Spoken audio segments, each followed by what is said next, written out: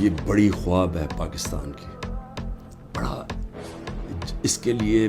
بہت بڑے ذہن تھے علامہ اقبال، اس کے لیے جس نے کس طرح کی سٹرگل کی، وہ بہت ہی بڑے لیڈر تھے، قائد اعظم، اور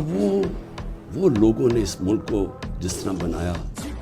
اور جس طرح قائد اعظم نے جب پہلی دفعہ پاکستان آئے، جب ابھی پاکستان نہیں بنا 3 ہفتے پہلے آئے، تو انہوں نے کہا کہ اپنے اے ڈی سی کو کہ میں نہیں سمجھتا تھا کہ میری زندگی میں یہ پاکستان بنے گا۔ یہ وہ ملک تھا، اور ہم نے اپنی آنکھوں سے ہمارے بڑوں کو سنا، کیونکہ ہم تو پاکستان میں پیدا ہوئے تھے،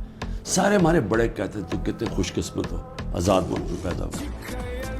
اور یہ ہمیں بدترین غلامی کی طرف جو لے کے جایا جا رہا ہے، نہ کوئی انسانیت رہے گی، نہ کوئی حقوق ہے، جو مرضی چاہے کریں، کوئی قانون توڑیں، چوروں کو اوپر بٹھا دیں، جو فورن پالیسی ایسی ہے کہ ہم ساری دنیا میں ذلیل ہو رہے ہیں آج، جن سے اتنی محنت کی کہ جی ہم امریکہ کو خوش کر رہے ہیں، وہ جا کے انہوں نے ذلیل کر دیا۔ ساتھ والا ہمسایہ اوپر جا رہا ہے، وہ کہتے ہیں ان کی فکر ہی نہ کرو، یہ اپنے بوجھ بھی اب گرنے لگا ملک۔ اور اس وقت انہی لوگوں کو جو 30 سال سے اس ملک کی خون چوس رہے تھے، آج ان کو آپ پھر تیاری کرا رہے ہیں اوپر بٹھانے کی۔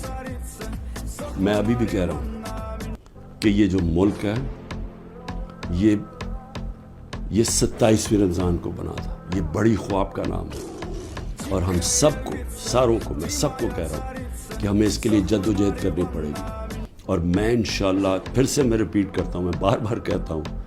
جو بھی ہو جائے